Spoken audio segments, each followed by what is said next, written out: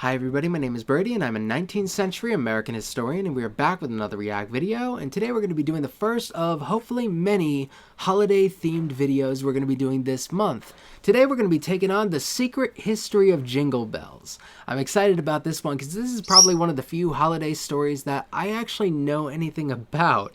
I read an article on this. The article is from 2016. It was published by Boston University, where it talks about the history of this song, which it's rather fun. I don't remember when I read it. It was probably a couple years ago, so my mind may be a little bit rusty on the subject, but I'm sure I'm going to be able to bring a couple factoids to the table here. So I'm excited to learn a little bit about it. This video is going to be rather short. Some of the videos I'm going to cover this month will be rather short, but I am very much in favor of staying on theme for this one. I really want to learn a little bit about the holidays this season. So let's have some fun and let's get it started.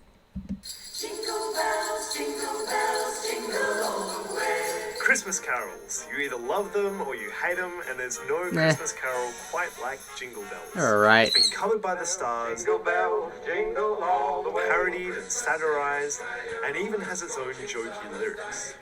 Jingle bells, that means Of course.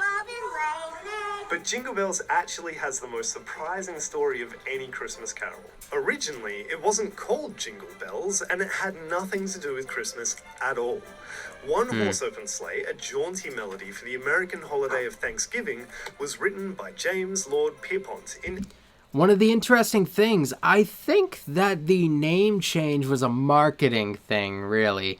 It didn't seem that he really capitalized on its initial release, and I guess the name change probably came from that, from what I can remember.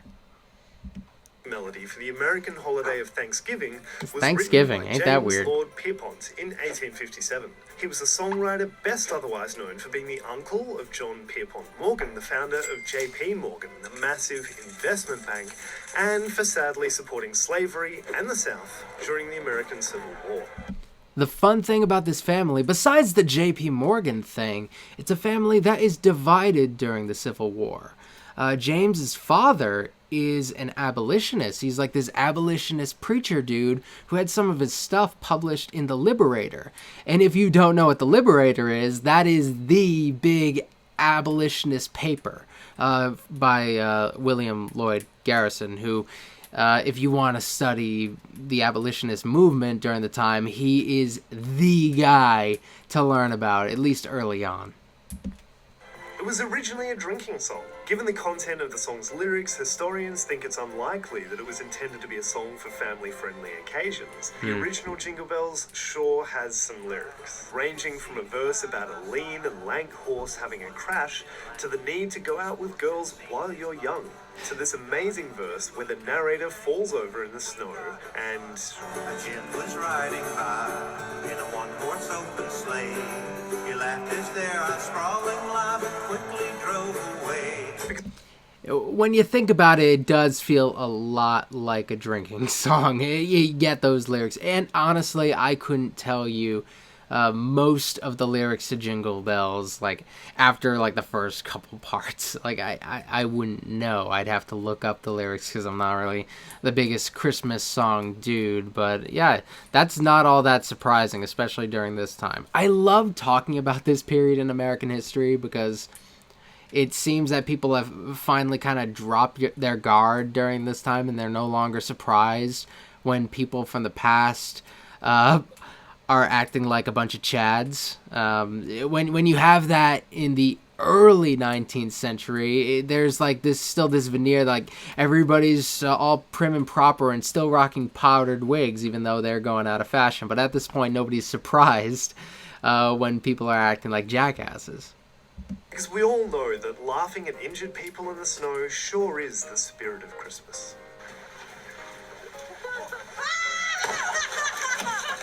I mean, Jingle Bells has even changed its tune over the years. Originally, the song's chorus was a bit more complicated than it is today, even melancholic. Jingle bells, jingle all the way. Oh, what joy it is to ride in a one-horse open sleigh.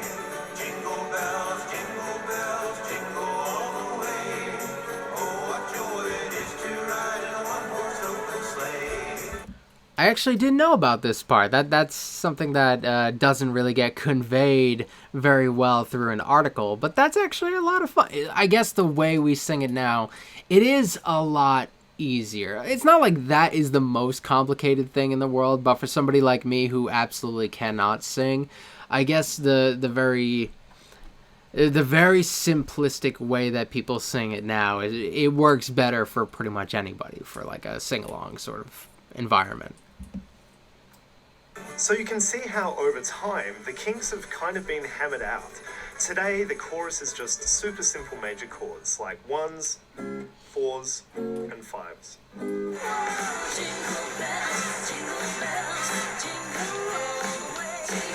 The basic building blocks of pop harmony, which makes it that bright, almost too joyous carol we all know and listen to.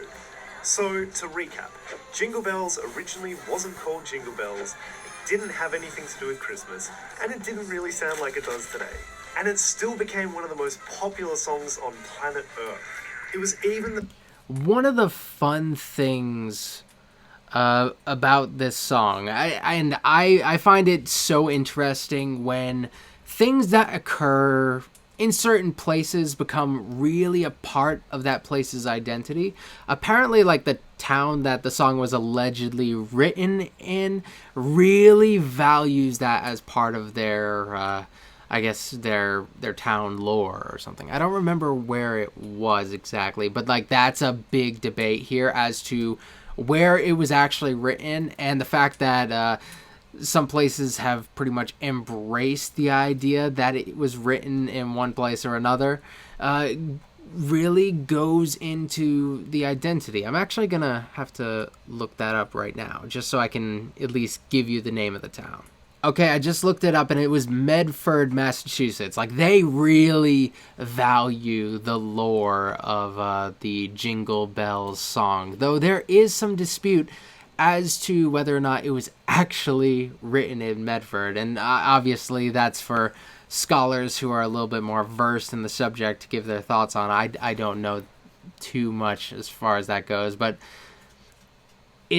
I believe the article that I read had this great little conversation. Like, even if we found really good proof that it was written somewhere else, like indisputable proof, it is so ingrained in Medford at this point that would they be prepared to accept that is like no longer part of their history, or would they just double down on it and be like, nope, fake news?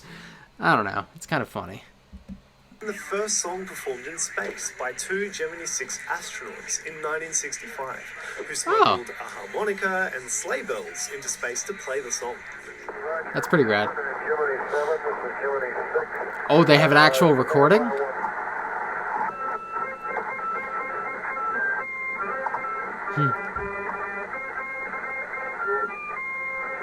Which just goes That's to kind show of for amazing. all the budding songwriters out there that if you don't get it right first time, just give it a little over 100 years of near legally enforced playing during the holiday season, and you too might just write that song that jingles all the way. That was a cool video. Another thing, I wasn't sure if he was going to talk about it or not. There is a very racial component to the song's history that doesn't really get covered. I've heard people argue that like there's stuff in the lyrics that is like open reference to slavery. I don't know about that personally. Like I can't really speak to that, but a lot of the early performances were done in like the minstrel fashion in blackface, basically.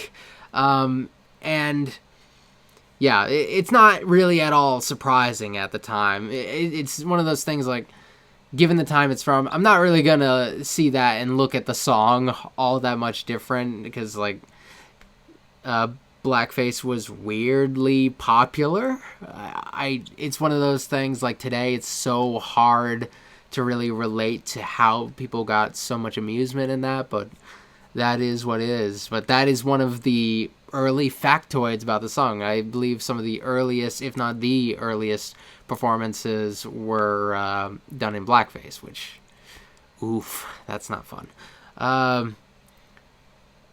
Okay, these are going to be more fun, I swear. These Christmas-related things aren't just to bring down things that we hold near and dear. I mean, does anybody really love this song that much? It's like the generic Christmas song. Either way. I hope you guys enjoyed this video. I know it was a little short, but we've got a lot of different videos on the... I guess in the watch later playlist, and we will have plenty of time to go into all these. This is probably one of the shortest I will cover this month, so if that makes any better. So thank you for watching, and like this video, subscribe, and I will see you guys next time. Thank you.